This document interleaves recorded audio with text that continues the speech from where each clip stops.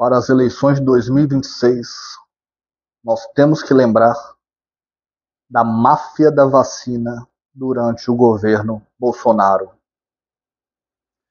A prova que tentaram roubar dinheiro na compra da Covaxin e custaram vidas no Brasil. É inacreditável, mas é a realidade. No auge da crise sanitária, enquanto brasileiros morriam sem leitos, sem oxigênio, uma máfia da vacina teria se articulado para tentar lucrar com a miséria do povo. O escândalo da Covaxin, revelado pela CPI da pandemia, expôs um plano secreto que, segundo os depoimentos, visava desviar milhões de reais em uma negociação de vacinas com suspeita de propina e superfaturamento. O cinismo chegou ao ponto de tentarem fazer dinheiro com a morte em meio ao maior caos sanitário da nossa história. Mas como uma negociação que nem sequer foi concluída acabou expondo todo um esquema. E afinal, quem é o Queiroz da saúde?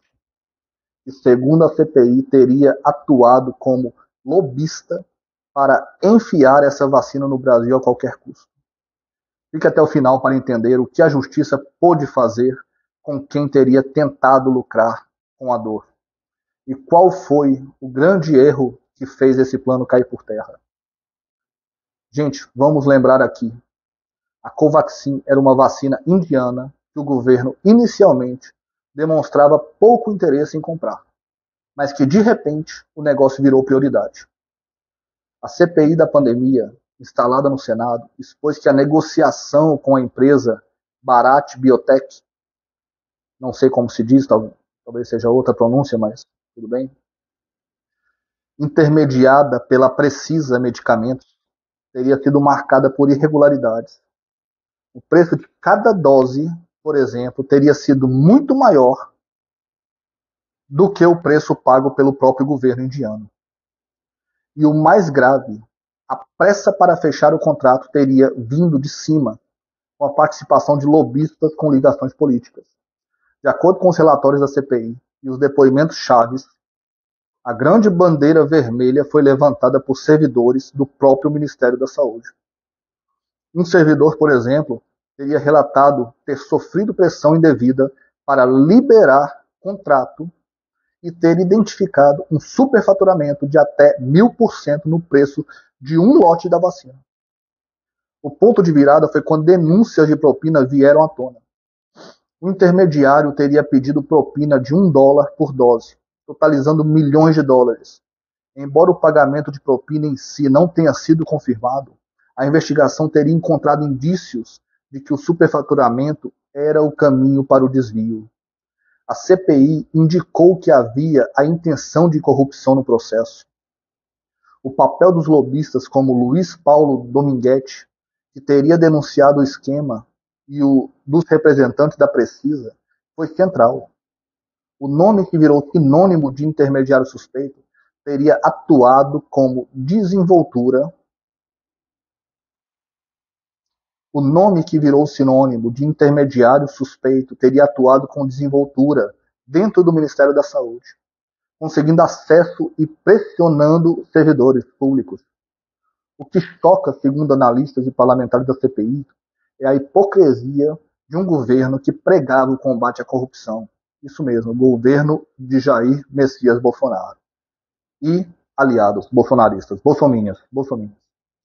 Mas que no momento mais dramático do país, teria aberto as portas para negociações com fortes indícios de desvio de dinheiro público.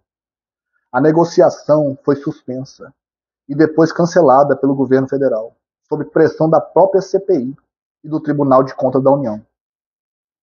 Juridicamente, o caso da Covaxin envolve suspeitas de crimes graves como corrupção ativa e passiva, prevaricação, quando um funcionário público deixa de agir por interesse próprio, e peculato, desvio de dinheiro público.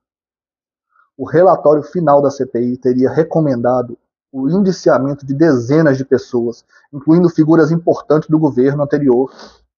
O uso político da pandemia para tentar enriquecer é um crime moral e legal, que, segundo o Código Penal, deve ser punido severamente, pois colocou a vida do povo em risco por interesse financeiro.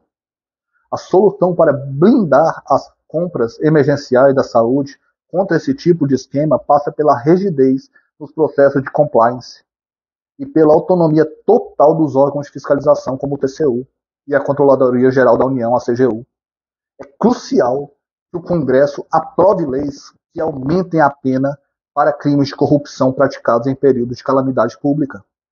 Além disso, a celeridade e a conclusão das investigações da Polícia Federal sobre o relatório da CPI são a única forma de garantir que a lei não perdoe quem teria tentado se aproveitar da morte para encher os próprios bolsos. Você acha que a justiça vai punir quem teria tentado lucrar com a pandemia? Eu acho muito difícil que hoje o Ministério Público possa avançar sobre esse caso. É um dever do Ministério Público avançar sobre esse caso. Foram quase 700 mil pessoas que perderam a vida. 700 mil famílias que perderam entes queridos. Não é possível que o Ministério Público engavete esse processo. Se você concorda com o desengavetamento desse processo, a ação do Ministério Público sobre a ação de quem tentou lucrar com a morte do povo, se inscreva no canal, compartilhe esse vídeo. Não deixe morrer esse fato que custou tantas vidas de brasileiros. Um abraço a todos. Fiquem com Deus.